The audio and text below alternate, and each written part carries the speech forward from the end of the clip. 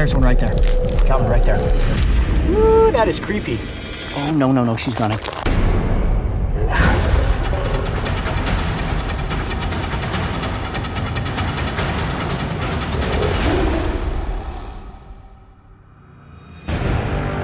Oh, there it is right there. Look at that. When it comes to handling spiders, I am no stranger to danger. As in the past, I have let several species, including the infamous black widow, skitter across my bear's skin. Oh my. She's actually spun a little thread of web. Like she's becoming secured to me. Oh, I thought she was about to bite. Even the golden orb weaver, one of the largest and most common species in Central and South America, casted sticky spider silk across my hands and fingers. Okay, spider is on my arm. Okay. However, there are also species, like the Brazilian wandering spider, that are simply far too dangerous to risk making direct contact with. That was a little nerve-wracking. Today, the crew and I are on location in Miandara, Australia, home to one of the continent's most common, yet potentially dangerous species. And I know everyone is waiting in anticipation to find out what will be my next close encounter of the arachnid kind. So without further delay, let's see if I can find the redback spider. All right, guys, so we've done some pretty popular arachnid videos.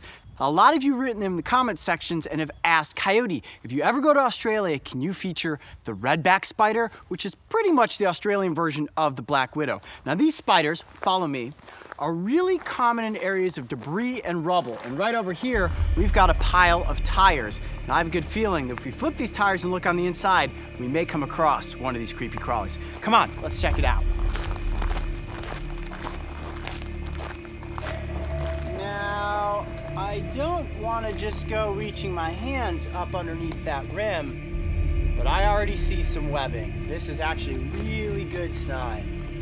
Now, why would a tire be a good home for a redback spider? Well, because it is dark, it is warm, and it's the perfect place to spin a web. And sure enough, right here, go ahead, bring your camera up a little bit closer. And there is no spider on this. And you see here, you have some really loose webbing. Looks very scattered. There's a good chance that that is redback webbing. Now, what I don't want to do is just tuck my fingers up underneath this tire to lift them, because that oftentimes is how people are bitten. They press their fingers down on the arachnid, it feels like it's going to get squished, and then it inflicts a bite. So what I'm going to do is gently tip this up. I'm going to roll it towards you a little bit, Mark. Oh, there's a big cricket in there. And I'm going to just gently roll it in the light. A big cricket creature. And no spider in that one. There is webbing. Oh, nope, there's a little male. There's a little male right inside there. You see down there? Oh yeah. That's a male redback. Now they're considerably smaller than the black widows that we find in the States. But we're not really interested in the male. What we're interested in looking at is the female. And this tire is full of a lot of rocks. I don't think we're gonna find one there. I'm gonna just gently flip this in this direction. Look on the underside. Yeah, there's definitely some webbing. Okay, there's a lot of web down here deeper in.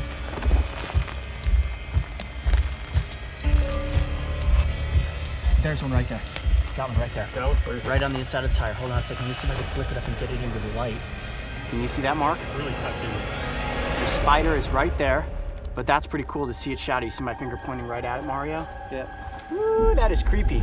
And actually, I think you can see the shadow of a male just behind her. And oftentimes, males or youngsters will hang out in the webs with the female, but she is cannibalistic and will occasionally feed not only her mate, but also her young. Now, what I want to do is gently coax the spider out of this tire using a stick. This is one dangerous little game of operation right here, folks. Come on, crawl on the stick, you. Oh, yeah. Okay. That webbing is very sticky. Come on. Now she'll rebuild her web. Oh, yeah, absolutely. Oh, no, she's running. Hold on a second. There she is. Got her? Got her. Nice. Wow, look at that arachnid. There we go. that is the redback spider, Australia's version of the black widow. And you'll notice it's a bit smaller than some of the black widows that we featured before, and this species does not grow as large as the American black widow. Wow, look at how long their legs are. That big bulbous abdomen. And what you'll notice about the redback is that it gets its name from that distinct aposematic red coloration on the back of its abdomen. Now, as we know, the black widows in the States have the hourglass shape beneath their abdomen, and these spiders do have coloration on the underside of their abdomen, but it certainly is that big red spot on their backs that is an immediate warning that I am venomous and you do not want to be bitten by me. Look at that balance. Such a cool looking spider. Now, the bite of this spider does contain neurotoxic venom, and it is much more potent than that of the black widow. So you may be saying to yourselves, Coyote, aren't you gonna free handle this one? Honestly, guys, it probably would not bite me, but it is not worth the risk. Now, if you are bitten by one of these spiders, it's not likely to kill you, and they did develop an anti-venom in the mid-50s that has helped a lot of people overcome this bite. Now, this is a spider species that is very common, especially in residential areas, and it is one of the species that people are bitten by almost on a daily basis. Close to 10,000 bites a year are reported in Australia. If you are bitten by one of these arachnids, I definitely suggest seeking medical attention, but there are very few cases of adults suffering negative effects other than cramping of the stomach, headache, nausea, vomiting, and intense pain near the bite area. Now, depending on how much venom is injected into the victim, a lot of times these spiders will actually inflict what's considered a warning bite. They can actually regulate how much venom they pump into something. Now, if it's a prey item, something like a moth or a small other insect, they've been known to even take things as large as small lizards. What they will do is actually flick out this thick spider glue from their spinnerets. They will let the prey get entangled in that webbing, and then once it is sort of wrapped itself up, they will strike forward several times, inflicting various bites to parts of the victim's body. Slowly, paralysis begins to set in, the victim dies, and then they have their meal. Now, similar to the black widow, this species is cannibalistic, and after the females have mated with the males, they will kill the male and eat it. The females have actually even been known to eat their young.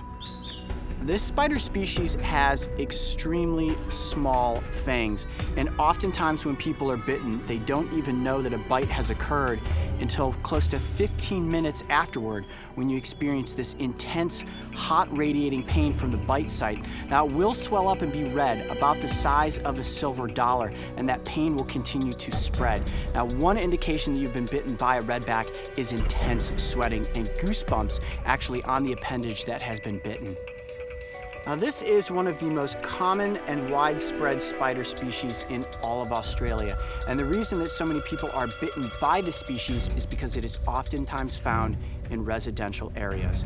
Anywhere that has debris, it could be tires, it could be flat pieces of wood, it could be garbage near your trash can. If this spider has the opportunity to spin a web and potentially catch prey, there's a good chance there may be one in your backyard. But remember, this is not a creature you need to be afraid of. These spiders have no interest in biting humans. As you can see, all it's doing right now is trying to get away from us and back into the shade and the shelter of its tire. Well, you guys requested it, and sure enough, we managed to get the Australian version of the black widow, the redback, up close for the cameras. All right, let's stack her tires back up and release her back into her home. See you later. The Australian outback is home to many potentially dangerous animals, and hails as having the most deadly snake and spider species in the world. If you are ever to come upon one of these creatures in the wild, it is imperative that you do not attempt to interact with it. Always admire the animal from a safe distance, because your life could depend upon it. With the setting of the hot Florida sun comes the rise of its nocturnal predators. Some of these creatures, like the American alligator, are not the kind of foe you would ever want to stumble upon while out exploring in the Everglades. And despite the fact that alligators rarely attack humans, their natural instinct is to hunt under the cover of darkness. All the more reason to steer clear of their environments at night. On this humid evening, we are back en route towards civilization after filming a selection of sunset B-roll shots. Traveling the back roads at night, believe it or not, is actually a great place to stumble upon a variety of snake species that slither up from the swampy waters and onto the asphalt to absorb the daytime's remaining heat. Much to our delight, this is exactly the scenario we encountered, and you are now about to witness one of America's most dangerous snakes. Holy cow. Okay, I got the GoPro rolling. Mario, get the lights. Get the lights. Give me that snake tong. We have got a huge water moccasin. Here. Give me this, give me this. It is right in the middle of the road. Go slow, go slow. Mark, kill the car. Keep the lights on though. Wow.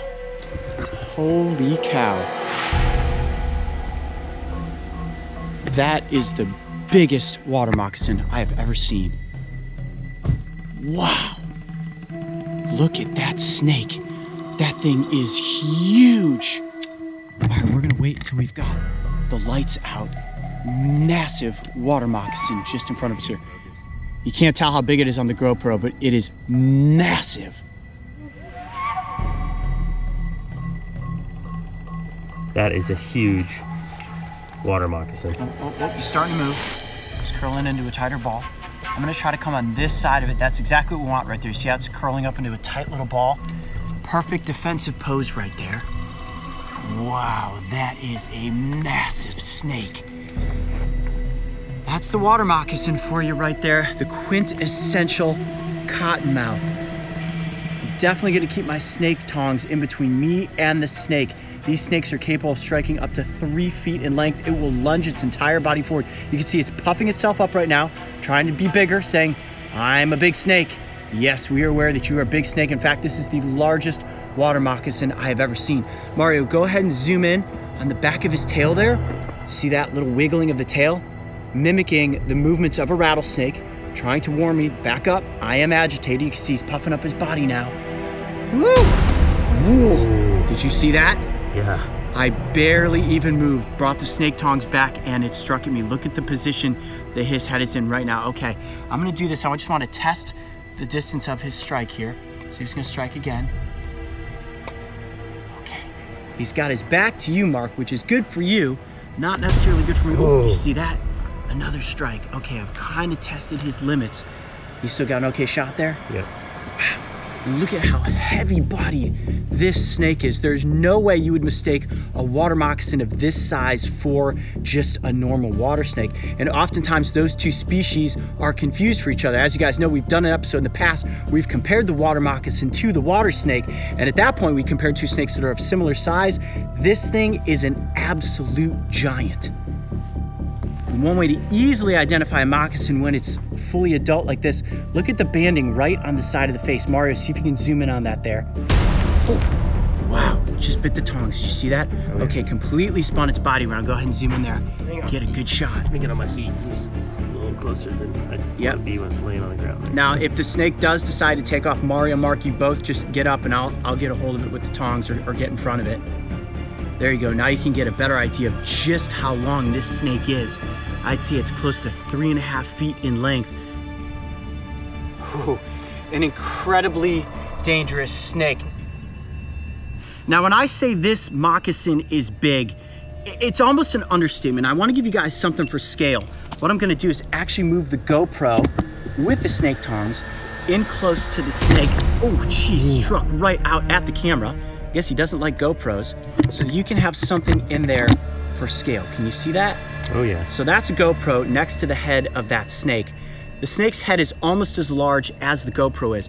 When it comes to the girth of its body, I would say in circumference, it's probably close to 6 or 7 inches, and the length of the snake is around 3 to 3.5 feet. This is without question the largest water moccasin I've ever seen. Now, as we know, the water moccasin has a very popular nickname, the Cottonmouth. What they'll oftentimes do is curl up in a tight ball and then bend their head back and gape their mouth open. The inside of the mouth is bright white, just like a cotton ball. And as we know, that bright white coloration is aposematic, warning any predator that this bright color means that I am potentially toxic.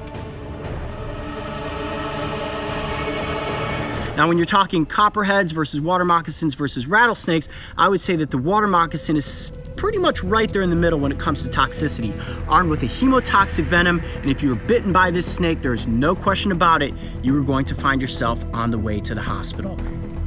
All right, Mario, go ahead and zoom in on the snake's head. See how he's got his head positioned up like that and has a very triangular shape to it, almost looks like the spade of a shovel, the front of a shovel. That signifies that this is a venomous snake. I know we've featured this snake species on the channel before, but most of those have been small to medium sized. So as we were just driving out of the Everglades here and we saw the snake, we had to stop the vehicle, get the lights out, get the cameras, and get a couple of really cool shots. All right, that's exactly what we want right there. He says curled himself up into a bit of a tighter ball. Getting okay, or he's ready to strike, and he just completely bit down and wrapped his head around the snake tongs. Look at all of the venom on the tongs. The tongs. Let me get a shot of that real quick. That's crazy. Wow, that's a lot of venom. Yeah.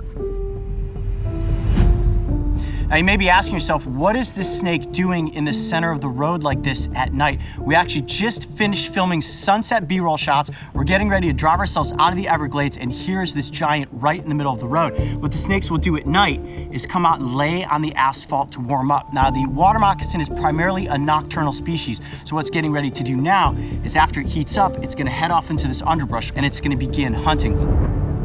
Now, as a semi-aquatic pit viper, they have a really incredible opportunity to be in the water and hunting for things like fish and amphibians. Now, as compared to the other venomous pit vipers that we have in the United States, like rattlesnakes and copperheads, this is the only one that's actually capable of spending a significant amount of time in the water. Well, at this juncture, I think it's probably best that we gently move the snake off the side of the road so another car doesn't come and accidentally run it over. This is a pristine specimen when it comes to the quintessential water moccasin. How cool is this? Stumbling upon one of the most notorious pit vipers here in the Everglades. All right, buddy, let's move you off the road here. Came right at me.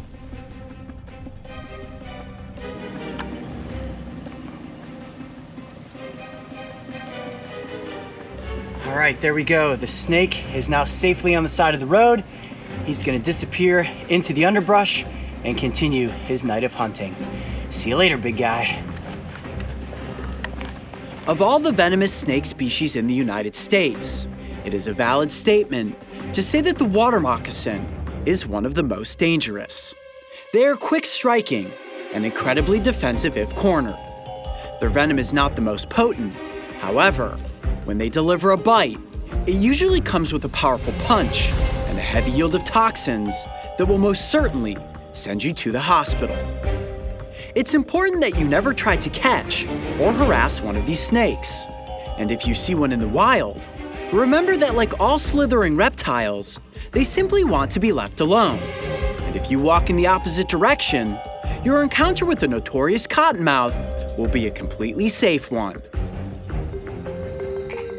Far beneath the dense canopy of the Costa Rican rainforest, a plethora of toxic creatures hide amongst the foliage and shadows. From hopping poisonous frogs to slithering venomous snakes, these so-called biological landmines can frequently be encountered in almost any stretch of wilderness. Tonight we are back exploring the 140-acre expanse of the Costa Rican Amphibian Research Reserve, where the crew and I are on the search for one of Central America's most dangerous arachnids. However, before we could even begin to look for eight-legged creatures, we stumbled upon the rainforest's most infamous pit viper. Well, guys, one of the most common terms you hear me say is biological landmine, and we haven't been out for more than 15 minutes tonight, and already we've come across one of the most toxic snakes in all of Central America, the Fertilans. It's right there.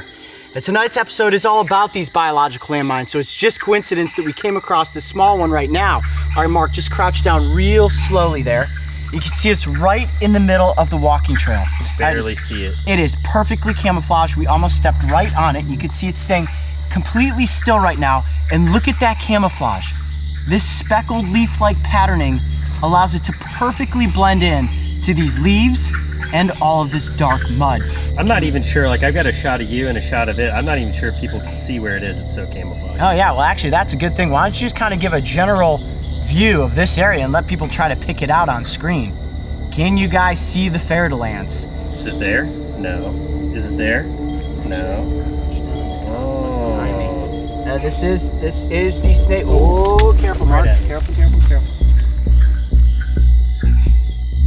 There we go. Check that out. This snake is no stranger to us.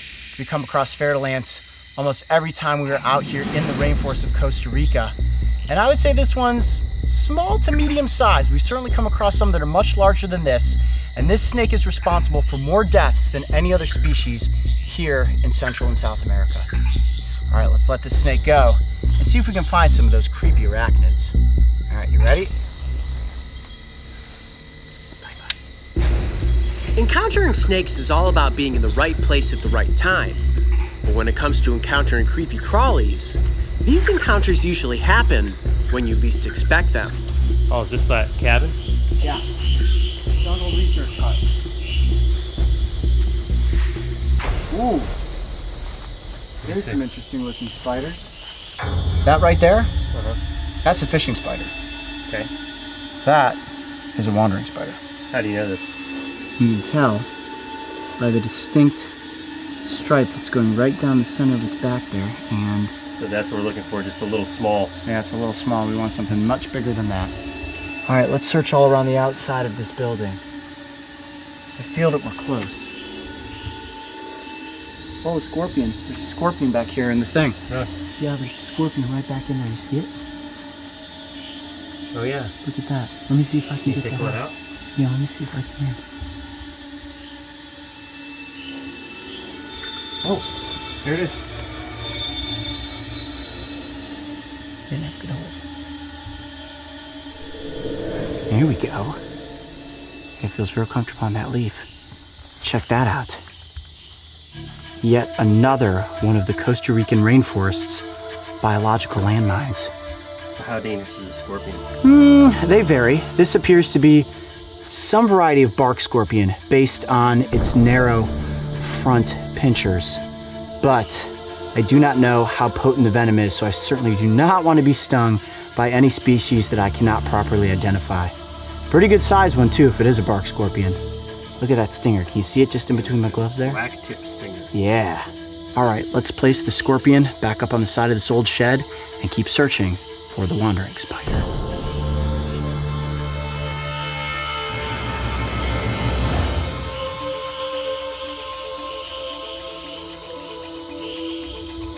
It was turning into a night of biological landmines. And while we came upon several different spider species, each one more creepy than the last, our target was yet to be located. So we continued into the night and headed toward a small jungle pond that was likely to have a world of creatures around it.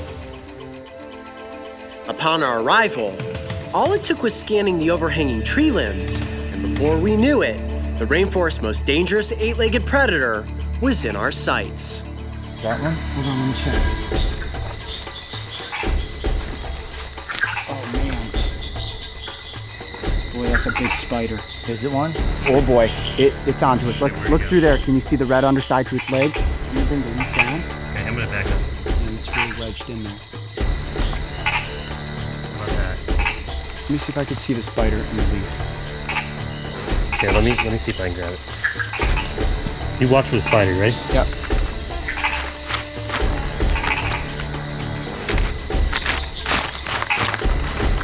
Okay, I got a leaf. I don't know if I have the spider. There you go. Go ahead, set down the leaf right there. Let me see the capsule. Yeah. Okay. You guys got okay shots, right? Yep. Flashlight here. You didn't see it run out of there when I grabbed the leaf. I did not. So there's webbing all over that. I think that's its permanent residence. So probably don't want to destroy it. I see it. It's right in here. Which one? It's right in this leaf right here, this main Okay, so stretch. what's the game plan here? I am going to put the end of the capsule right like this. And I'm going to gently try to coax it backwards into the container. Wait, where's the lid? Here's the lid. Okay. I don't have gloves, so you're on your own. Yep, everybody got a good shot? Yep. There it Oh, goes. it's in there. It's in. Ooh, no, it's not. Hold on. Nobody move. Look out, look out, look out. Back, back, back, back, back. See how they jump? Got it. Ooh, that was a little nerve-wracking. Wow. Talk about one fierce-looking spider. Okay, let's back away from this watery area. What I'm gonna do is actually place the leaf back up in the tree so that we can just put the spider right back up into the tree, okay? Here we go. Oh man, my hand is shaking. All right, where do you want to do the scene at? I say we go down to the jungle research hut and get this spider up close for the cameras. It's the most controlled situation we could be in. That takes a lot of nerves. A lot of nerves, guys. Woo! Oh man, that was definitely one of the most nerve-wracking catches of my entire career. I couldn't believe that when I tried to get it into the capsule and it sprang out and it came straight towards you guys. It's like a lightning bolt. Yeah, that is why we pay respect to the wandering spider. Let me take off my pack here and get a little bit more comfortable. I'm not gonna need the pack for this scene. I take off these gloves. Now I was wearing the gloves because I was afraid that if the spider leapt out of the tree, it may land on my hand and inflict one very painful bite. Whew, here we go, guys. Now, we have been to Costa Rica many times, and this is bio landmine #1. You always see them hanging up in the trees, climbing up the trunks of the trees, running across the jungle floor. The wandering spider is quite possibly the most dangerous arachnid we could come across out here in the rainforest. Now, when I say wandering spider, that's a generalization for any spider species that's just crawling around out there on the rainforest floor. But there are actually 8 cataloged species of Brazilian wandering spider, and I do believe that this is the Costa Rican variety. And the way that I can identify it as such is the quintessential red linings on the undersides of the legs. Let me tip it up and see if you can see that there, Mark. Look at those red legs. Now, what this spider will do if it feels threatened by any potential predator is it will rear up like this on its back legs, revealing that red coloration. Now, aposematic, right? Telling you that I am very venomous. Now, if the red coloration doesn't warn you to walk away, you're gonna be bitten by 2 massive fangs that are armed with huge venom sacs. Wow. Yeah. And look at it looking at you. It's intimidating. I mean, it doesn't need to be scattering around inside of this container to know that it's extremely toxic. And you may be asking yourself, well, Coyote, are you gonna freehold this spider like you did the Black Widow? No way, guys. The bite from this is so much worse. This is probably the only spider species that I've ever encountered thus far that really makes me nervous. Now you look at this, you're thinking, well, it's just kind of a big fuzzy spider. And I know some people have a horrible case of arachnophobia. And right now you're shaking in your seat thinking to yourselves, Coyote, how are you possibly holding this thing? But it is a creature that we do respect and we do love. And it is out here just doing its thing, hunting for bugs, hunting for small frogs. This spider is actually large enough where it can even take down some small mammals. That is one incredible predator right there. Remember that time that we were in Osa Peninsula and you actually put your hand right by one? I do. I believe that was the eyelash viper video. And somebody actually wrote in the comments section on YouTube, it said, Coyote, you're aware that was a wandering spider, right? So we immediately looked it up and we were like, ooh, yeah. Only the most dangerous spider in the area. My hand was literally inches from it. And as you guys could see from earlier, they are capable of jumping. That's what makes them, in my opinion, so scary. Now, they're primarily nocturnal, so during the day they're hiding underneath old rotting boards, in between leaves, up in the canopy. And one way that people often come across these spiders is because they're constantly found in residential areas. During the day, they may even come into your house or hide in your boot, hide in your sheets. Anywhere that this spider can find a place to hide and stay out of the daylight is fair game. So you have to be extremely careful. That's why we always tell you, especially when you're in the rainforest, to check your boots before you put them on, because overnight, a wandering spider could have crawled inside. And trust me, the one thing you don't want to happen is put your foot into your boot and you get a bite from this spider. Now, at full size, this spider can be about 6 inches in diameter. This one here is about 4 inches from the tip of its longest leg to the other tip of its longest leg. Let me hold it up for you like that. You see that? Put my hand up next to it, kind of give you some reference.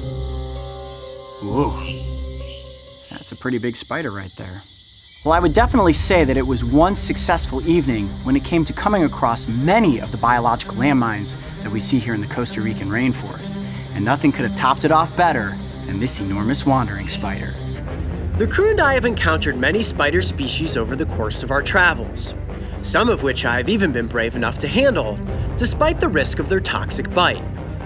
However, when it comes to the wandering spider, there is no question about it. This is the most dangerous arachnid I have ever worked with.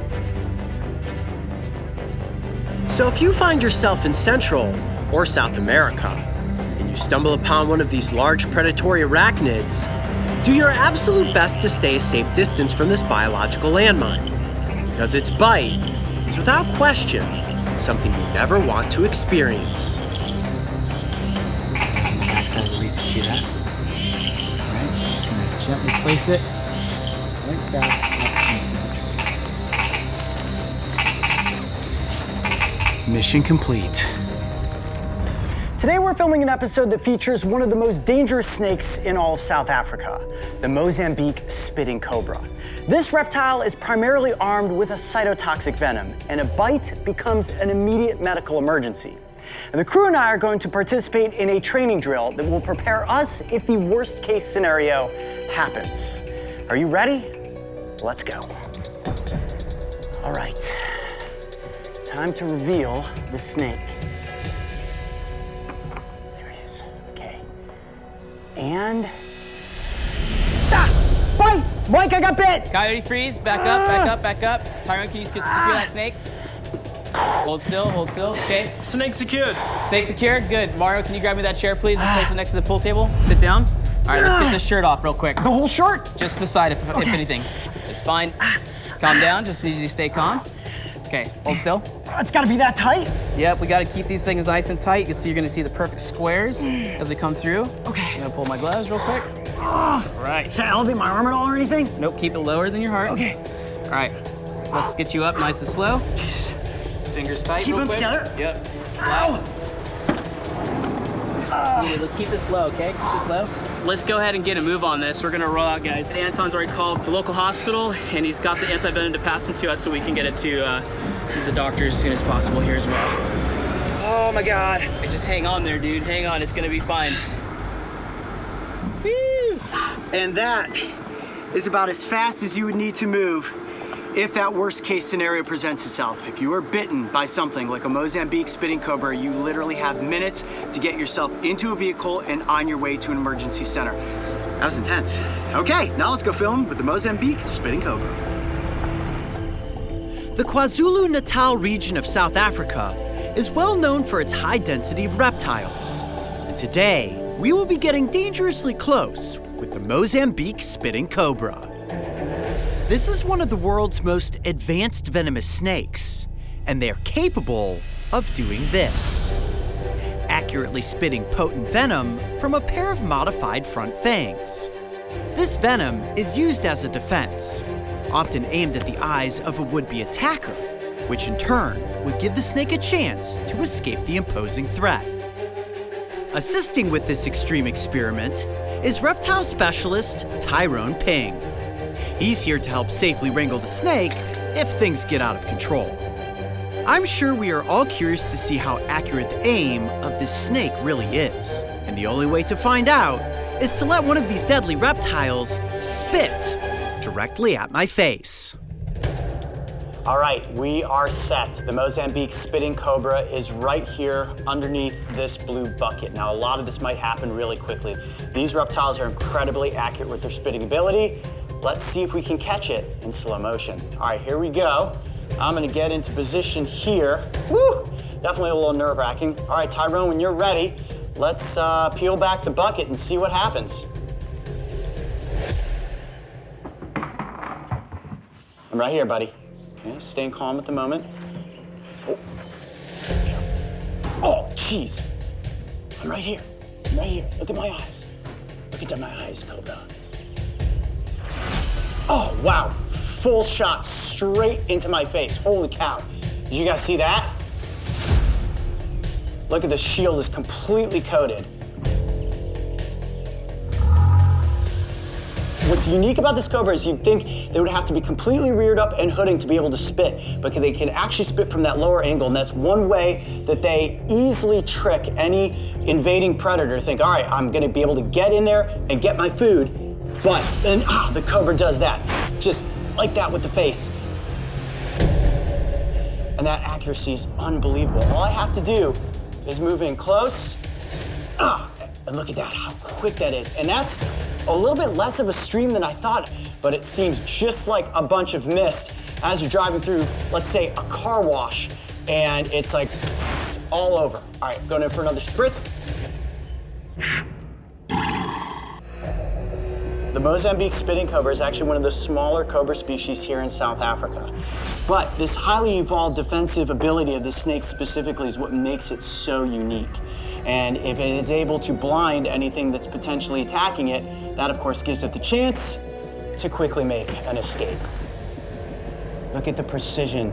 All I need to do is move very slowly back and forth, and that snake does not lose its focus on where my hand is at, and specifically where my eyes are located. Let's go for one more even closer.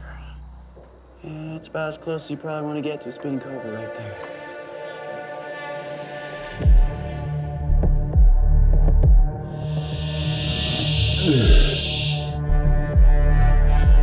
Every single time, it makes you jolt, even though I feel completely protected behind this shield.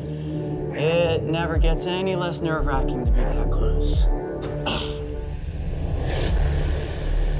Now, one of the things that's the most interesting about the fang design of this cobra species is that it has evolved over millions of years, and they have fixed front fangs, and in most instances where there's a little hole in the tip of the fang, this has a modified fang where the hole is actually in the front, and it is specialized muscles inside of the skull that allow it to spit. And the closer I get, imagine if I was a leopard out there in the jungle and I approached this snake and with a paw reached out to touch that tail. You get that reaction? Oh, and there you have it. A full face full of very painful venom. Now that venom is not used in any instance for the snake to catch and kill its prey. It's only a defense mechanism. But the venom that comes from the bite specifically has neurotoxic and cytotoxic properties. This is an incredibly potent bite. And if I was bitten, it would be an immediate medical emergency, and anti-venom would definitely need to be administered if we were to save my life. But the spitting aspects, like you saw just there, will not kill you if it just gets into your eye. Wow, that was 2 double squirts right in a row. Whew. Doesn't get much crazier than that. One of the coolest and most famous influences in relation to the spitting cobra is, of course, the Dilophosaurus from Jurassic Park. And the filmmakers took the influence of this animal's ability to design the Dilophosaurus, not only in the neck frills, but also in that ability to spit venom. And right now, I definitely feel like Dennis Nedry, when it comes to getting shot in the face with toxic venom. You can see the snake is just completely locked in at the moment. And that accuracy is impressive. Venomous snakes don't want to use their toxic powers on humans. But if you make the foolish choice to harass or interact with them, the consequences can easily put you in the hospital, or in a worst case result, 6 feet underground.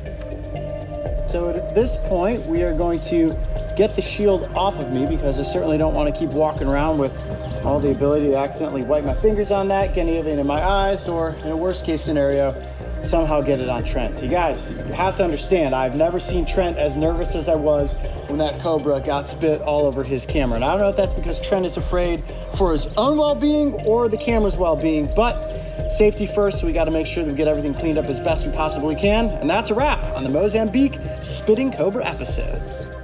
You know what I'm going to say next.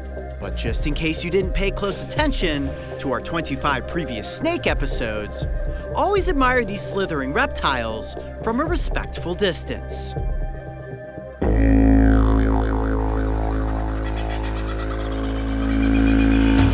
For anyone that dreams of adventure, there's arguably no greater place on our planet than the Australian outback.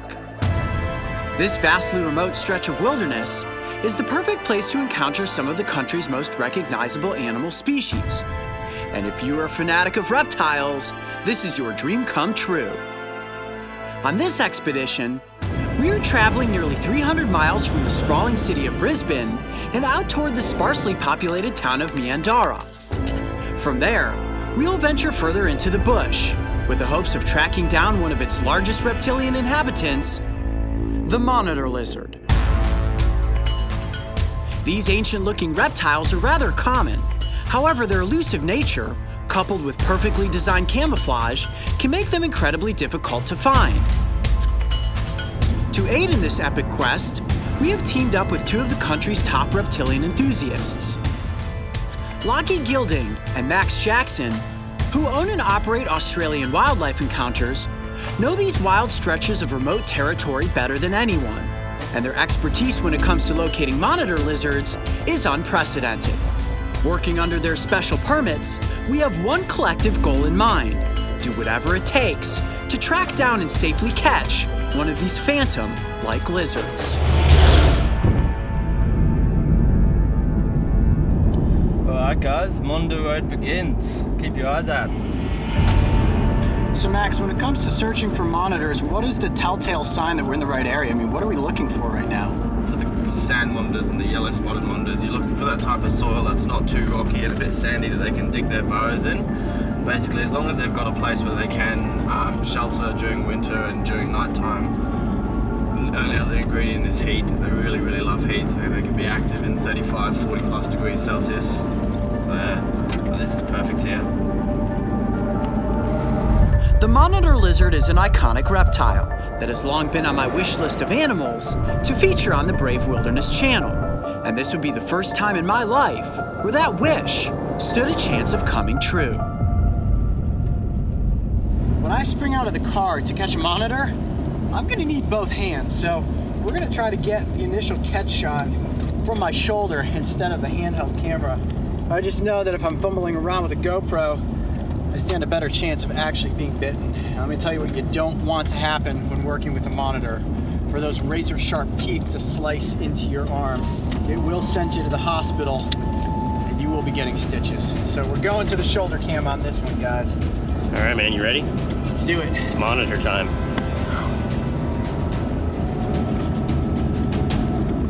Monitor right there. Right there. Turn the car around. Yep, right back there up on that edge. This is it, guys. Okay. Definitely monitor right up on the edge of the road here. There's a monitor on the side of the road.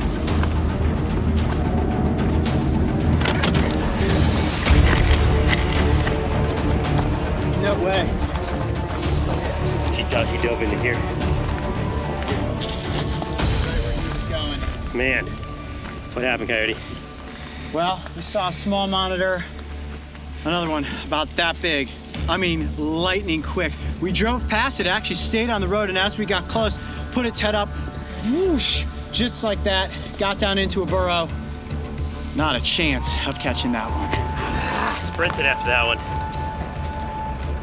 Did I forget to mention that monitor lizards are incredibly speedy? In fact, for their size, these lizards are one of the fastest reptiles in Australia.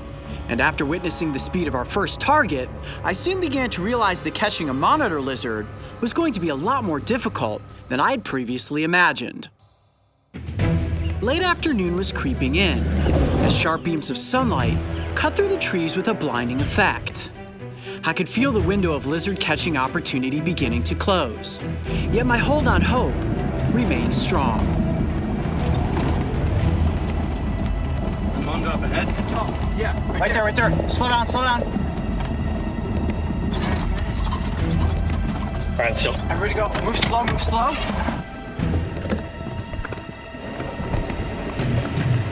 Okay, guys, we've got a monitor just in front of the vehicle here. gonna approach slow. Right now, it is just holding its ground.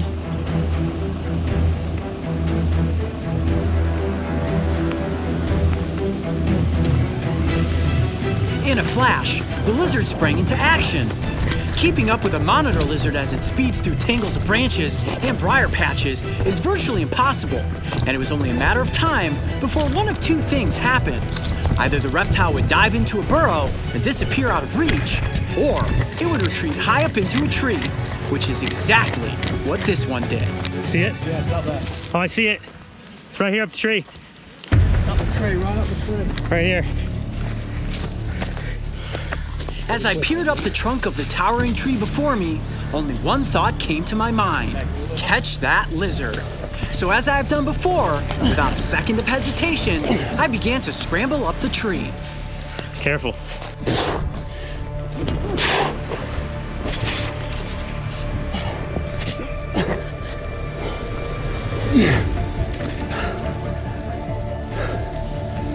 Might make a jump. He's gonna jump to this other section here.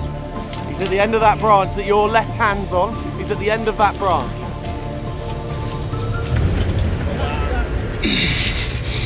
Man, I've got him, but he is locked onto the end of this branch. Got him. Nice catch.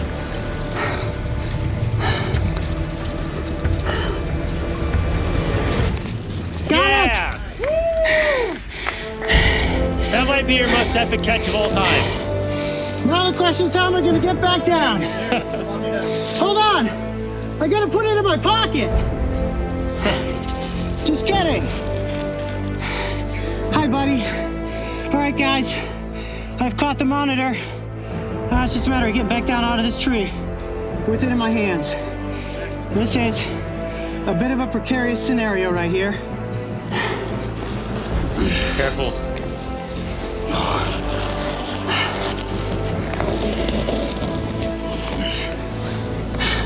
Bit of a scrape on my manberries there. Not a problem. I have got the lizard. Hold on, baby. Oh. That's close. No, I got it. All right. Ah! Ah! Ow! Ah! Easy. Go slow. Go slow. Ah!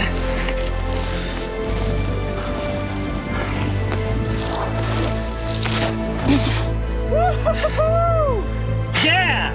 And that is how you climb a tree to catch a monitor. Woo! Let's get epic. That was a bit out of the range here. Oh man, that was amazing. I told you guys I was going all in to catch one of these lizards. Wow. That's the sand monitor right there. The Gould's sand monitor. The quintessential goanna. Let me catch my breath, guys. Wow. Man, and one more high five. That was awesome. That may be the fastest I have ever climbed a tree without branches. And the thing that really helped me there was all of the grippy bark on the side of that tree and the general arced angle. And my arms are ripped up, but it was absolutely worth it to catch this reptile. This is a sand monitor, commonly known as a goanna, and it is an ancient looking creature. I have dreamed about being able to get one of these reptiles up close for the cameras. Now they do get significantly bigger than this, but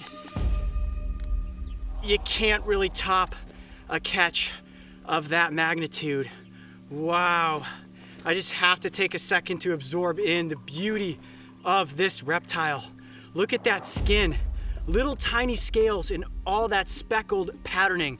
Now I know in the past I've compared some lizard species to dinosaurs. And as we know, dinosaurs evolved into birds, and a lot of times you guys call it, but coyote lizards aren't really dinosaurs. No, they are not, but they are so similar in design. Just look at the head of that creature. I feel like I'm looking at a velociraptor right now. That long neck and those intelligent eyes, and I'll tell you what, These creatures are intelligent, almost problem-solving intelligent. Now, all monitor lizard species have a forked tongue. That forked tongue helps them navigate their environment and also to find and detect their prey. And when it comes back into their mouth, similar to a Gila monster, they have what's called a Jacobson's organ in the roof of their skull. And as the tongue runs over that organ, it tells them, almost like a little computer, your food is this way, or your food is that way, or something is getting close in your environment that you should flee from. Typically, you won't find sand monitors climbing trees. They're a terrestrial species. But in an instance like that, where it's evading a predator, if a tree is the best way to escape, that's exactly where it is going to go. Wow, look at those front forelimbs. Can you guys see those claws? Razor sharp, almost like the talons of a bird of prey.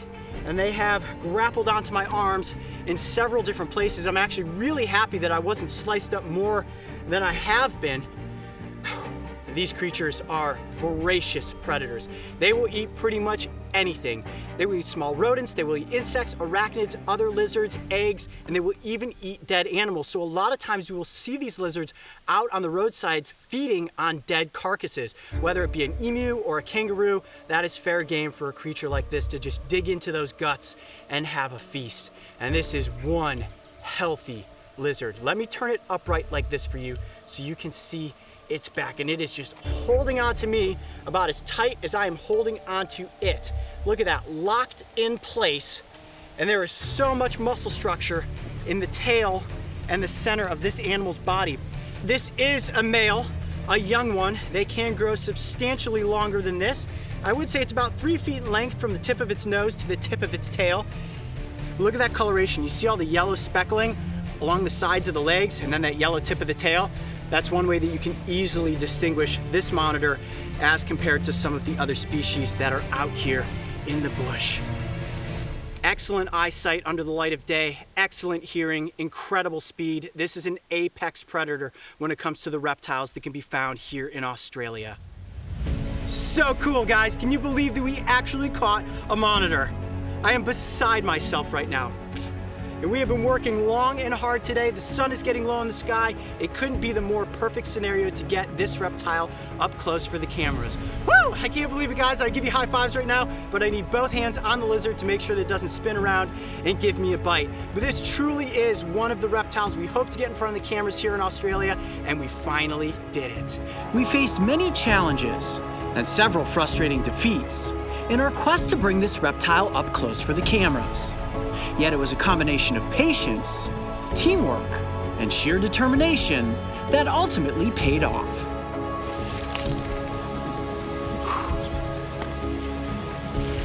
And there it goes. Man, the sand goanna. Thank you, Australia. Woo!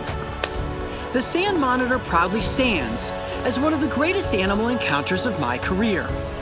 And I consider myself fortunate to have had such an epic conclusion to the tale of my time spent in the land of lizards.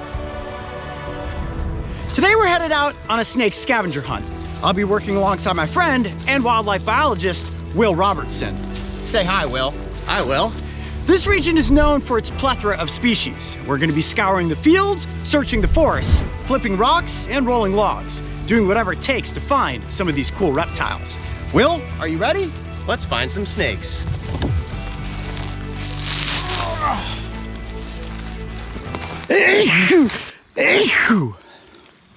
Ugh, pollen. Oh, snake. I think it was a garter snake. He went down into this little hole right here. Oh, yeah, there's his little face. He's right there. Let's see if I can tickle him out. There he is. Gotcha. Whoa, there we go. All right, let's take a look at this one. So that is the eastern garter snake. One of the coolest things most people don't realize about garter snakes is that they are mildly venomous. Not a venom that could ever hurt a human, but for the most part, these are super calm, super docile snakes. You can see that little defense mechanism right there, totally flattening out the body and almost making the head look as if it's V-shaped, which of course would be indicative of a venomous snake, but as we know, the garter snake is completely harmless. This is cool. It's like a river of moss. Look at that. Now normally, you probably have water flowing down through this spillway and towards this lake that we're getting toward. But it's just a really unique looking habitat, almost like Lord of the Rings. And it seems as if the lake might pay off because Will just said he's got a big water snake basking. Oh yeah, that's a nice one. These guys are non-venomous, but they do bite quite a bit. So we'll see what this guy does. All right, Will's got the water snake. Oh yeah, beautiful. And definitely a species that people oftentimes think is venomous, but completely harmless. The northern water snake. That's another one for the list, Will. Yeah, there we go. Looking good. Oh, Coyote, sanitize real quick. Don't want to spread those snake fungal diseases. Oh, red-bellied snake. Oh, red-bellied snake. Pretty basic looking snake, except for the fact that it has a pretty vibrant red belly. Let's flip it. Oh, a little hole. Look, here's a little tunnel. Hey, buddy. Got an interesting little precarious scenario here. There is a rock ledge that a black racer's up on. I think if I drop myself down into this little hole, I might be able to come around the edge and get it. I see it, but it does not see me. It's right there. Definitely right on the edge of this cliff. Got it. Getting under control is gonna be a whole nother story, and these snakes are really bitey. Oh, geez. That is one angry black racer. Will, got a black racer for the snake scavenger hunt. Oh. See if I can do this without taking a bite. There we go. Okay. Focus is on the camera at the moment. And there we have it. Another species for the snake scavenger hunt. All right, Mario, I'm gonna bring it up for the tight shot. That is the black racer. Looks like it's getting ready to shed its skin. You can tell that from the cloudiness in the eyes. And the thing that I love most about this species is its agility and its speed. Not to mention the coloration is very similar to the black mamba. But of course, this is a non-venomous species. So a bite is gonna be nothing more than a little soap and water to clean up. All right, watch how fast the snake is when I let it back into the environment. Or not. That's kind of cool just to get it in that display mode. I thought you were just gonna speed off, but instead you're giving us some incredible B-roll. Nothing wrong with that. Ooh, look at that. Big ringneck snake. That's a nice orange belly. So these guys spend most of their time underground looking for things like salamanders to eat. They're very tame snakes. They never bite. You can see they have tiny, tiny little heads with a prominent yellow ring right around the neck. Double flip? No. But here? Nope. Guess who found a hognose snake? Right here, Will. Oh, it's on the move. I got it. I'll grab him up here, okay? Whoa. Wow. A hognose snake for the scavenger hunt. This is a difficult one to find, and look at that pointed nose right there. Uh-oh. Uh-oh. You know what happens when they poop, right? Yeah, these guys are known for playing dead. Oh my gosh, the smell is unbearable. Wow. Dude, you are covered in poop. Let's wipe that off. Oh my gosh. Hands.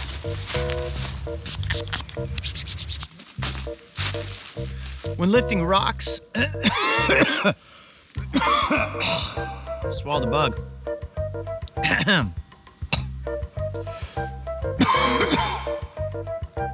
I was gonna try to tell you about rock etiquette. Back to one.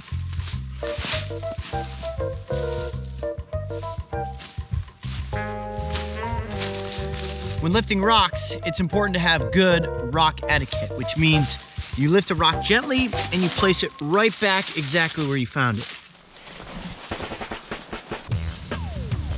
Ants. Whoa.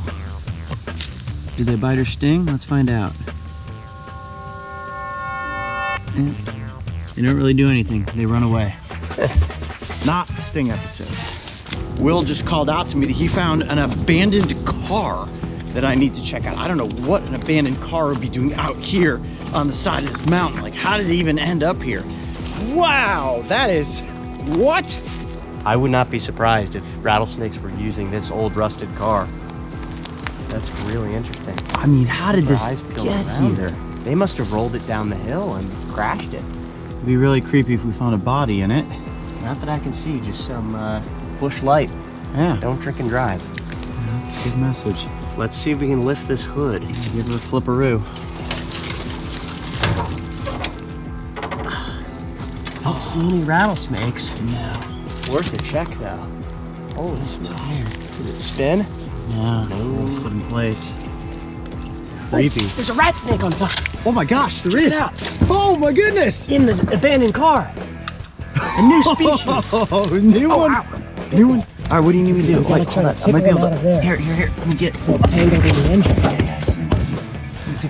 There we go. Whoa. New species. Whoa. Careful. Yes.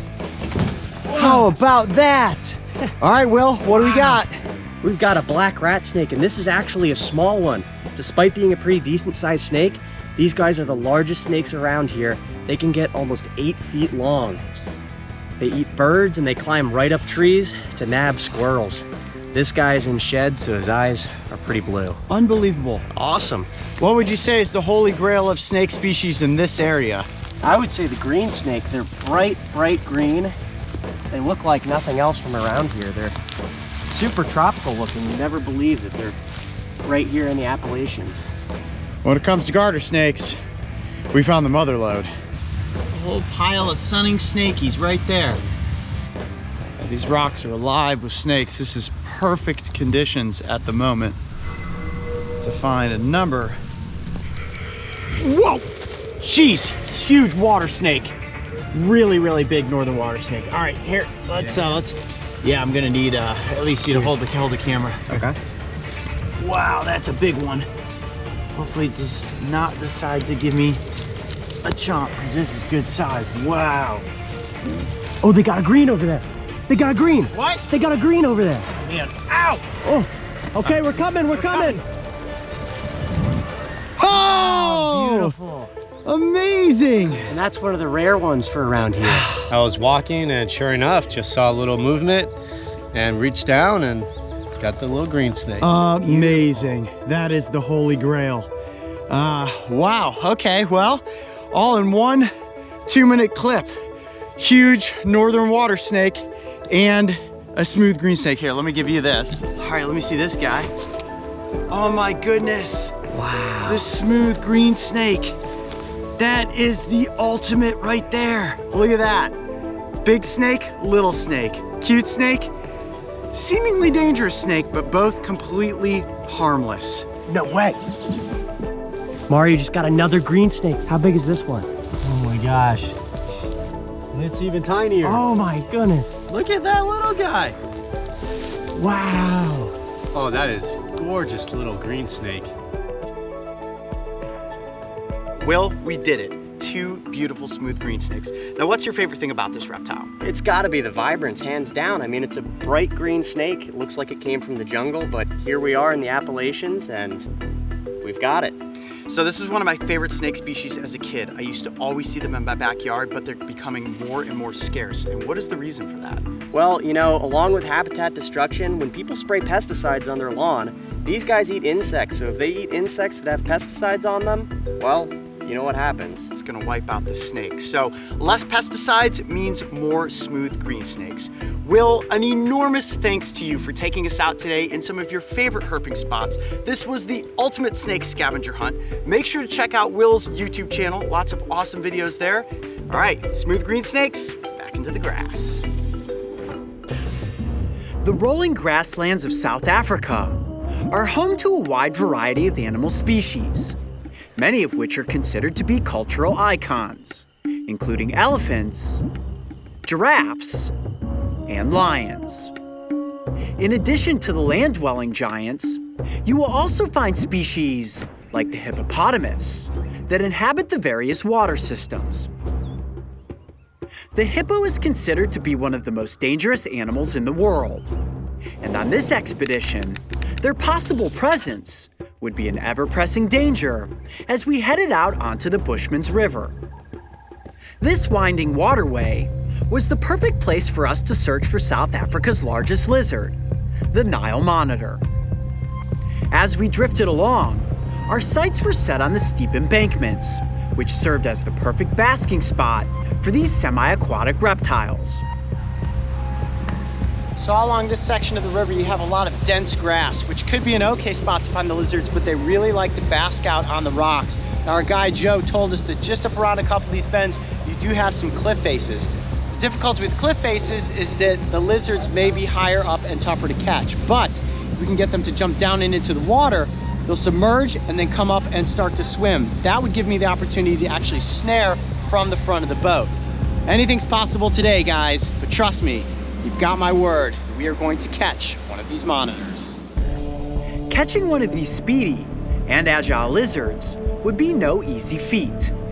To catch the Nile Monitor, I would need to build a snare, a tactic that has worked successfully in the past on reptiles such as the spiny-tailed iguana and spectacled caiman. Just about 4 o'clock. The sun's starting to get low in the sky, but it's still warm enough for these lizards to be out basking. They're soaking up the last rays of the sun for today before they hunker down in their burrows for the evening. This is a diurnal species, which means that they're hunting under the light of day. For several miles we pressed upriver, yet not a single monitor had been spotted. Okay, guys, the spot looks perfect, but so far we have not seen any signs of lizards. You do have burrows that are up along the edge of this cliffside here. We see birds flying around, which means there are likely nests, which we know these lizards will feed on. Just a matter of actually locating one of these giant reptiles. The sun was beginning to get low in the sky. Then just as we were about to turn the boat back toward home, I spotted our reptilian target. Get the camera set up. Okay, we've got a monitor lizard that is just up on top of this rock. It is basking. It may be asleep. Man, it's a tough call, guys. Do I go for the snare or do I go for the hand catch here? Okay, let's motor in really, really slow. He is definitely onto us. I don't know if maybe you should go on land. Let's keep cruising in slow. All right, guys, we've got the lizard just up over my left shoulder here. It has spotted us, but it has not moved yet. The goal here is for me to just glide in as close as we can and try to snare it. If I have to jump out after it, I'm just gonna drop the stick and go. Okay, here we go. Go ahead, cut the motor and get us in right toward the edge.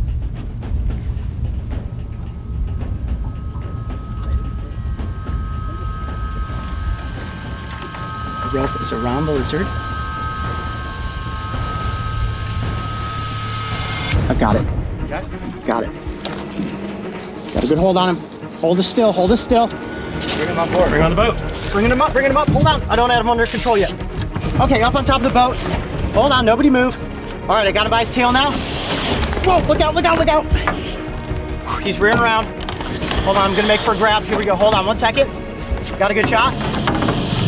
1, 2, 3, got him. Yes! There you have it, folks. This is a powerful lizard. All right, guys, let's kind of just coast across the side there and get this reptile up close for the cameras. Look at that.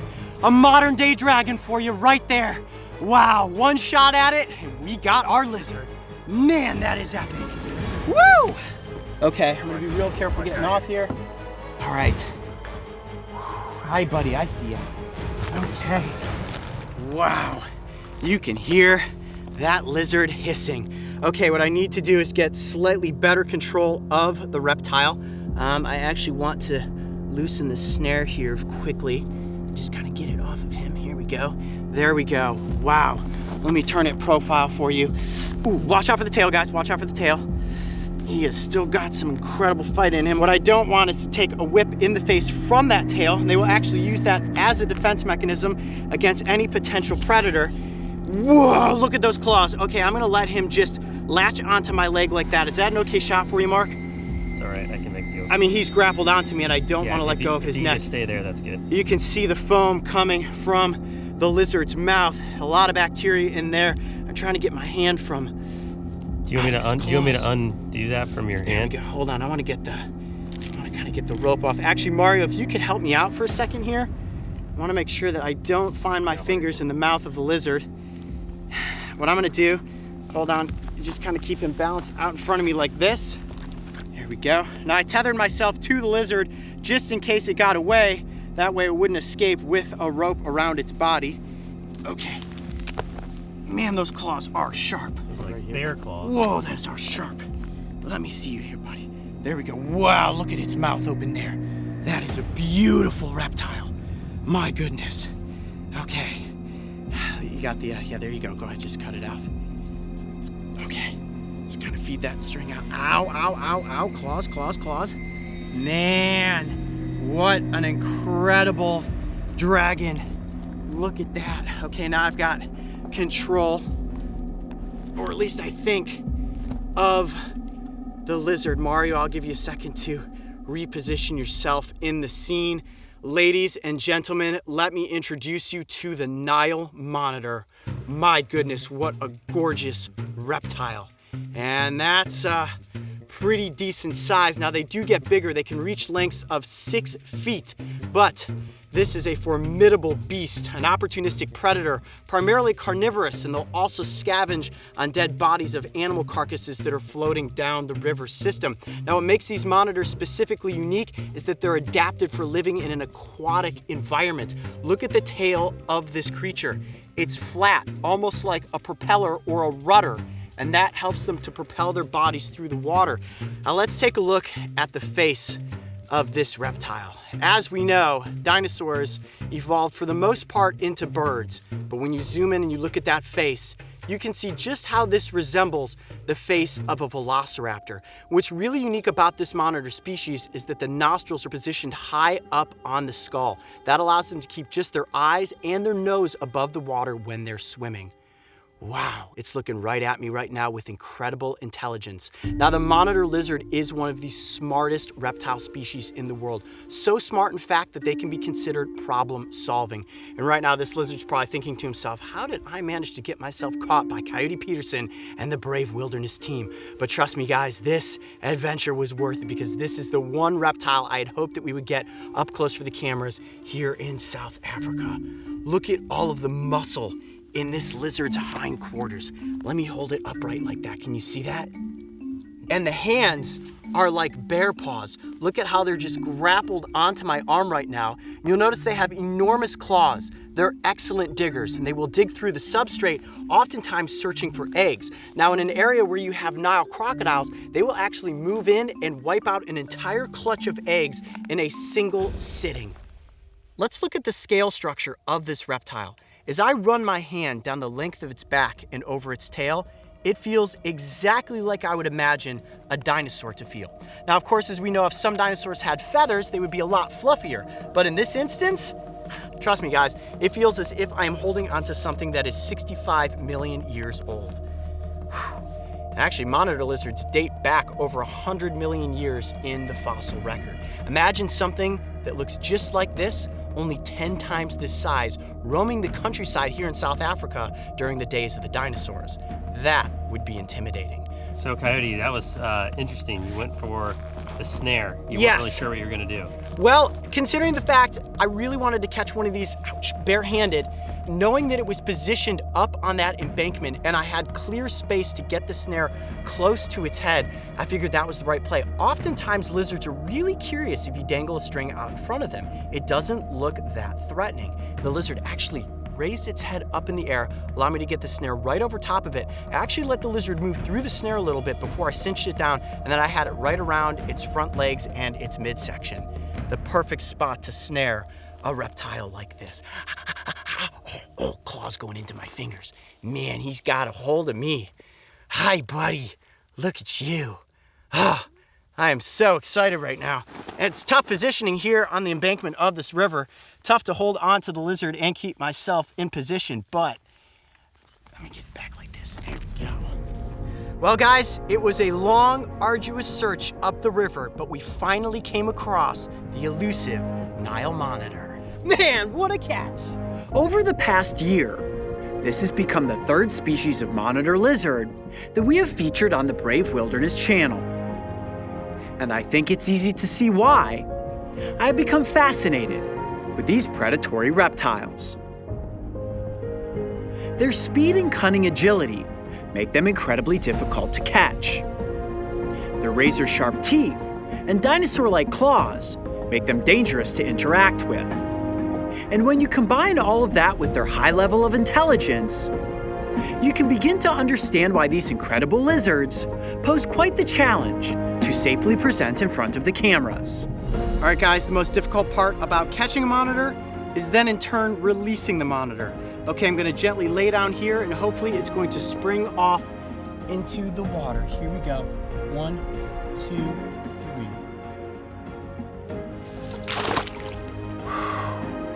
Woo!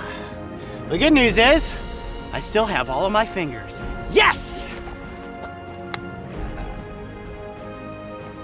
So what's next? Let's just say it's time we visit the Island of Dragons. I hate the morning. I have an artificial sun.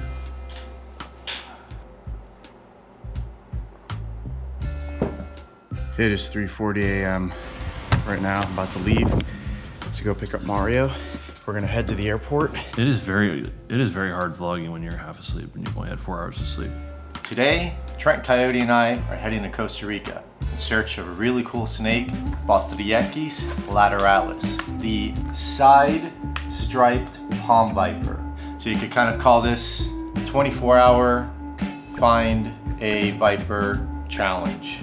We finally made it to the airport, and I beat Coyote and Mario. This is good. I can slow move. I can relax. I am starving. I could use a bacon and egg and toast. It's way too early to be away. Mario, how stressed are you right now? Are you stressed? Every time I get to the airport, I'm stressed. This is a very unique challenge for us. Usually we show up to a location, get acclimated, game plan, go out and look for things, but this one is gonna be a little bit different. Where's the stopwatch at right now? It's in here. How much time is already allotted? I forgot to start it when I woke up. What? 0. Or I'll start it right as we're getting on the plane. It's going. It's official. You had one job, Coyote. Our first flight is going to be designated to sleeping.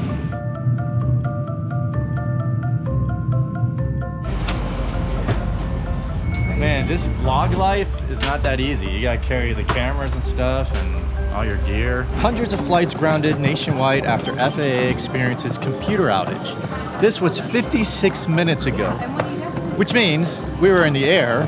Obviously we made it. So I think we're good. I think they fixed it. What'd you get?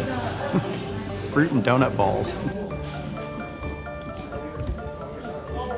I'm almost done with mine, so I'm gonna have to get seconds. We're under the 20-hour mark.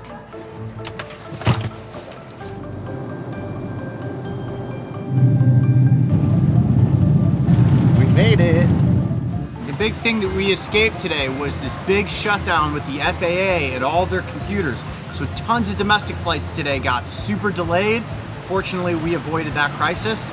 We're in Costa Rica. We've arrived at the hotel. Where's our stopwatch say? Where are we at? 10 hours, 51 minutes, and I don't think we have eaten in close to at least 9.5 hours. I'm so hungry right now. Yeah, I'm fading very quickly. Yeah, man, it feels good just to like finally get to the hotel. Like we've accomplished something. We got to unload gear. Trash and treasure, making things anew. This is the part you don't see in videos, is when we're absolutely exhausted, tired, hungry. Look, there's a dog. And this is the unique part about this episode. We wanted to show that. Well, that's fun. Okay, this is the spot to eat. Okay, we are 12 hours and 7 minutes in. The good news is we're at the halfway spot and we're currently fueling up on food. Dinner was okay. I think it was a bit of a miss. We didn't do much research because we were just desperate. When you're desperate and you're hungry, you go for it. Okay, the sun is down. It has officially been 14 hours at this point since we left on our excursion. Yeah, this is it. This is the moment we've been waiting for. You know, we were in Columbus several hours ago. Now we're in Costa Rica. and soon we might find a snake, and then maybe we'll get some sleep. Okay, so we've left the vehicles behind. We are now officially at our undisclosed location. Gustavo, what can we expect tonight? Okay, I think that tonight we have a lot of possibilities to find a green snake, the Botryoechis lateralis. This is the perfect habitat. So it's an arboreal snake, so we need to check all the plants and trees in the area. This is the moment we've been waiting for, right? Since I woke up this morning, I was just waiting for this moment to be with Gustavo and Naomi looking for these snakes. So we're officially at 14 hours and 49 minutes. We have less than 10 hours left to find this green viper. Let's see what happens.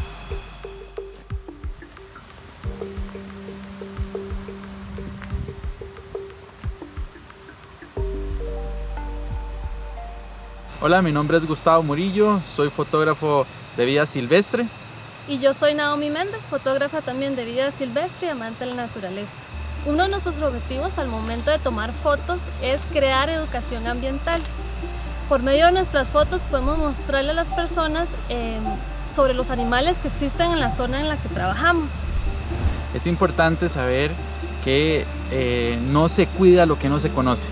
Entonces lo que nosotros queremos es que, como decía Naomi, que las personas conozcan en este caso la herpetofauna que vive alrededor de ellos, para que puedan aprender, conocerla, respetarla y así que evitar que las maten, evitar que extingan muchas especies que muchas personas creen que porque estamos en el Valle Central de San José no existen especies importantes, cuando realmente hay especies muy importantes que habitan en esta parte del gran Valle Central, ¿verdad?, de Costa Rica. Pretty good incline here. Now technically we're going to be working our way up into a cloud forest, which has slightly cooler temperatures and a little bit more humidity.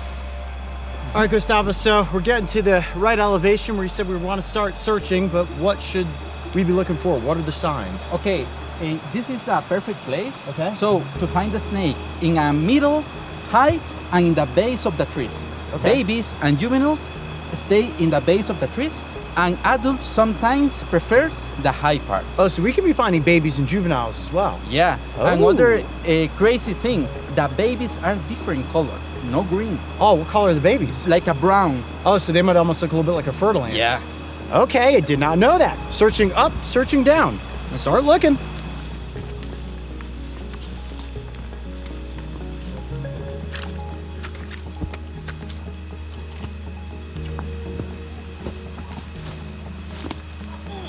You got a juvenile?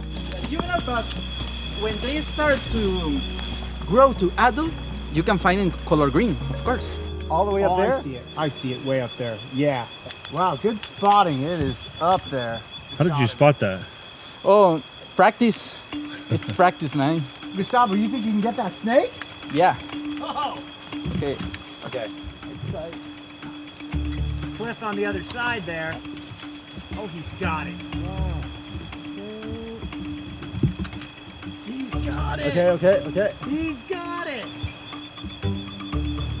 Look at that guy coming in. Oh, got it. Got it.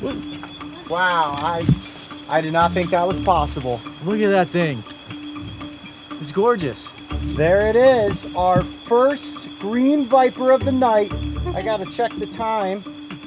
15 hours and 10 minutes. We did it. I mean, it's a juvenile, but it still counts. Look at that. Mario, tell us, how are you feeling right now? I don't even care that I've been up for 15 hours. That doesn't matter. My energy is back in full force. Look at this thing. It's gorgeous. Do you guys have enough light? You want to pop a little bit of light on it, Trent? Yeah, it's all good. Why don't we set him up on a little branch? Okay. We got some tight shots, some B-roll of it. Perfect. Good. Boom. Boom, Got boom, boom. Naomi, Dumb. boom. Good one.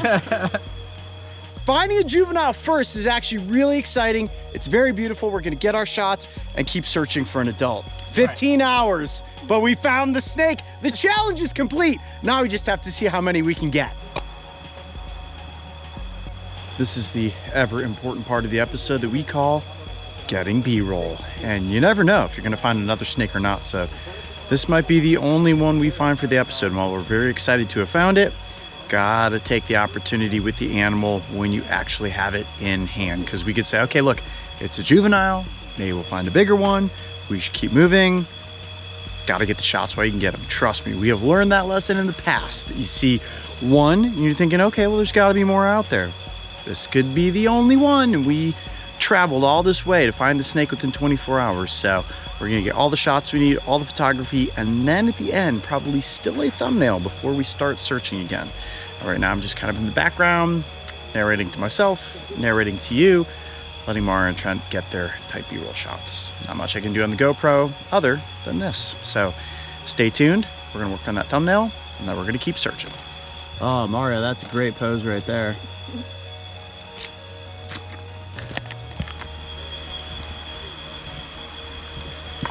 One thing worth noting about this environment is that while it may be perfect for these snakes, the snakes are incredibly well camouflaged because these are all just a bunch of vine tangles, and most of the vine tangles are green. Look at this. Green vine tangles everywhere you look. And somewhere hidden in there is going to be this bright green snake.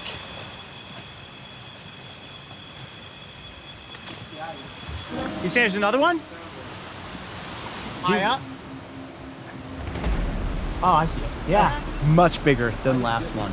Okay, I got the shot. Got the C2. In C2? Okay. Yeah. Okay, Coyote, do you want to get it? Yeah, I'll give it a shot. I'll trade you a snake hook for GoPro. Okay. And just keep the light on it. Let's see what happens. Hey, Coyote, remember, when you're grabbing a snake from above, yeah, what's the one thing you think you should be aware of? Probably not let it drop on top of me. Exactly. I'm gonna see if I can do exactly what Gustavo did. Get it to actually wrap around the snake pole.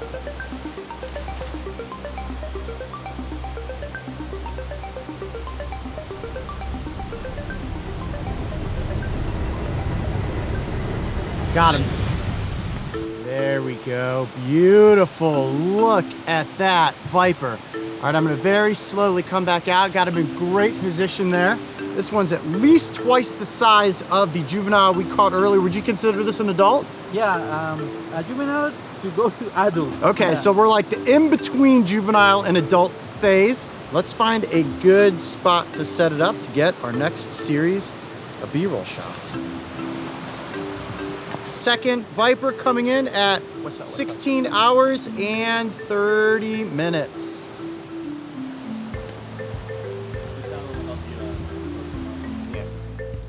We did it. We successfully came across the green viper. Our 24-hour snake challenge is officially in the books. We're exhausted. It's time to get some shut-eye. But if you enjoyed this vlog challenge, write in the comment section below and tell us. Should we do another one of these in the future? We had an awesome time doing it, and hopefully you guys enjoyed it. Big thanks to Gustavo and Naomi. This adventure would not have been possible without them. And if seeing a green viper in the wild is on your bucket list of wild encounters, make sure to follow and contact them on social media. The Australian outback can truly be hailed as one of the most iconic landscapes on the planet. And visiting this location had long been a dream for the brave wilderness team. This vast expanse of open grasslands and arid terrain is home to a plethora of reptilian species, many of which we hope to get up close for the cameras.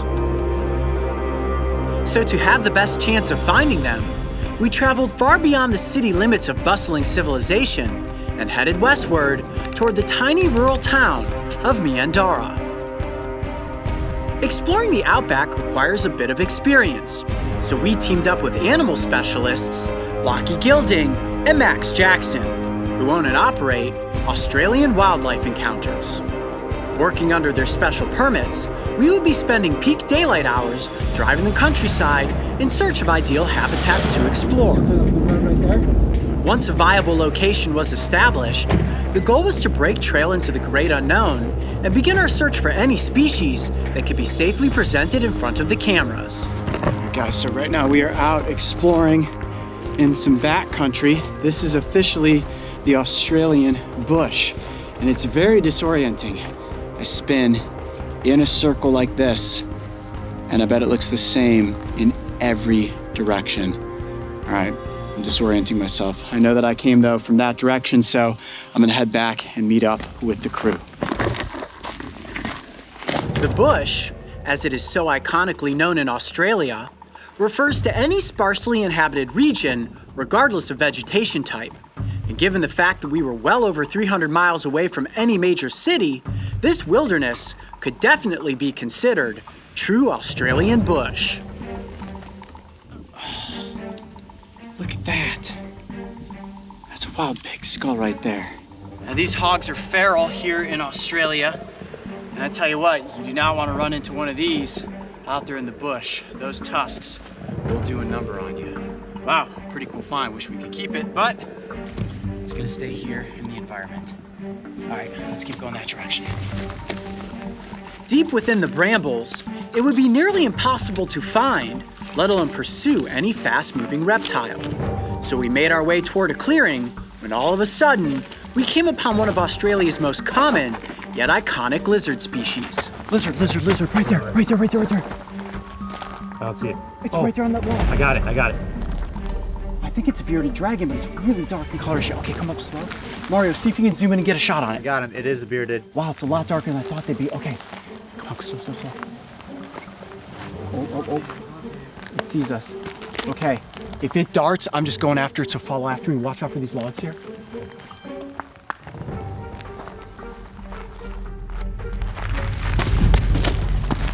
Get it? Got it. Nice. Barely even moved. It was like perfectly camouflaged. And it just said, okay, you can't see me. I'll tell you what, I did see you. That is a bearded dragon right there. Whoa. Calm down there, buddy. Wow. Spiky. It is super spiky. Okay, very stark lighting right here. Let's kind of duck down into the shade. I think that'll be better for your cameras. And let's get this lizard up close for the cameras. Oh man, first lizard of the trip. This is awesome. Woo! Watch your footing through here, guys. All right, here's a good shady spot up here. Let's hunker down and film this scene. There it is, guys, the eastern bearded dragon. Now let's talk about where this lizard gets its name, the bearded dragon. And let me see. All right, buddy, can you kind of flare up your beard for us? Actually staying really calm. As you'll notice, the temperature, well, you guys can't notice, but what we're noticing is that the sun is very hot, but the temperatures are still very cool in the air. And like all reptiles, this one is ectothermic, which means they're using the sun to heat up their bodies so they can head out and hunt for the day. And the bearded dragon is a diurnal species. There is the central variety and the eastern variety, and the big difference there is that the eastern variety is much darker in coloration, and the interior of the mouth is yellow as compared to pink. All right, buddy, can we see that beard? You guys want to see that beard, right? Oh yeah. All right, let's see if I can kind of tickle his chin. Oh, starting to puff up his body a little bit there. Puff out that beard for us. Oh, I'm staying actually really calm. Look at that, I'm not even applying any pressure, holding onto the body. It's just chilling out on my hand right now. Okay, you can kind of see the beard there. Look right underneath the chin. Now, when they're really aggravated, they will puff up their bodies and puff up that beard, open up their mouth and display that yellow interior color. Now, in a sense, that's aposematic coloration. They are not venomous, but that bright color and that sort of display oftentimes will ward off any potential predators. Now, when I do touch the beard, it's a bit softer than the very rough, spiny scales on the back of this lizard. Wow, I cannot believe how calm it's being. Oh, no, now it's trying to take off. There we go. There you go. Now you got the beard puffed out. Wow, that is one impressive beard, sir. I think you could probably win a beard growing contest. And you'll notice the very triangular shape of this lizard's head. That's one feature that distinguishes it from many of the lizard species here in Australia. And oftentimes you'll see them like that, just perched on the side of a tree, facing downward with that head protruding out, absorbing the sunlight. Man, I can't believe you got one. I know, and on my first attempt as well. I'll tell you what's impressive about this reptile is its claws. Let me kind of just see if I can get one of its feet out here. Oh, he's actually missing a claw on one side. And they're excellent climbers. And oftentimes early in the morning like this, what they will do is climb up on the side of a tree or perch out on a log where they're absorbing sunlight. And like I said, it's an ectotherm, so they rely on the sunlight to heat up before they head out and hunt for the day. Actually, I think at this point he is just using my hand as a perch. I've got him sort of propped up in the sun there. I think he's saying to himself, this is perfect. Is this normal behavior? I mean, that lizard is so calm. I honestly expected it to jump off that log and take off and I would be chasing it across the bush, but I think it was relying more on its camouflage than anything to keep it hidden. Now, this is an opportunistic predator, and they're primarily feasting on small insects and arachnids. However, they're omnivorous, which means that if they find the chance to eat some plants, some berries, something like that, they will scarf up that as a meal as well. Look at the length of this lizard's tail. Beautiful, right? Now, unlike some lizard species, they're not able to detach that tail to help them escape from predators. And actually, if I can actually balance the lizard by the end of its tail and keep it on my hand like that. And that tail is incredibly spiky. Go ahead, Mark, reach out there and feel how rough those scales are. And if you run your hand in the opposite direction, that's where you really get ripped up. I'm getting little lacerations all over my hands just from handling it. I don't even think there's sandpaper that's that gritty. Right? Wow. Let's look at the underside of the lizard. Now, the belly is much softer than its back, almost like the belly of a horned lizard. Go ahead and zoom in there. You see those large ear sockets? They have excellent hearing and wonderful eyesight during the day. This is without question one of the most iconic species here in Australia. And I know for you guys out there watching Coyote Pack that you have been requesting a bearded dragon episode for quite some time. And I think it's really fitting that our first lizard of this Australian trip just so happens to be that reptile. Well, this was pretty cool, getting the bearded dragon up close for the cameras. I'm Coyote Peterson. Be brave, stay wild. We'll see you on the next adventure. All right, guys, what lizard are we gonna catch next? Getting to see, let alone safely catch, and present a bearded dragon has been a goal of mine for many years. These rugged lizards define everything that I've always loved about reptiles, and their even-keeled demeanor makes them an instant favorite amongst herpetology enthusiasts. As a team, we do our best to follow the suggestions of our audience, and if the Coyote Pack makes a request, especially for something as safe and fascinating as the iconic bearded dragon, you better believe we were going to make it happen.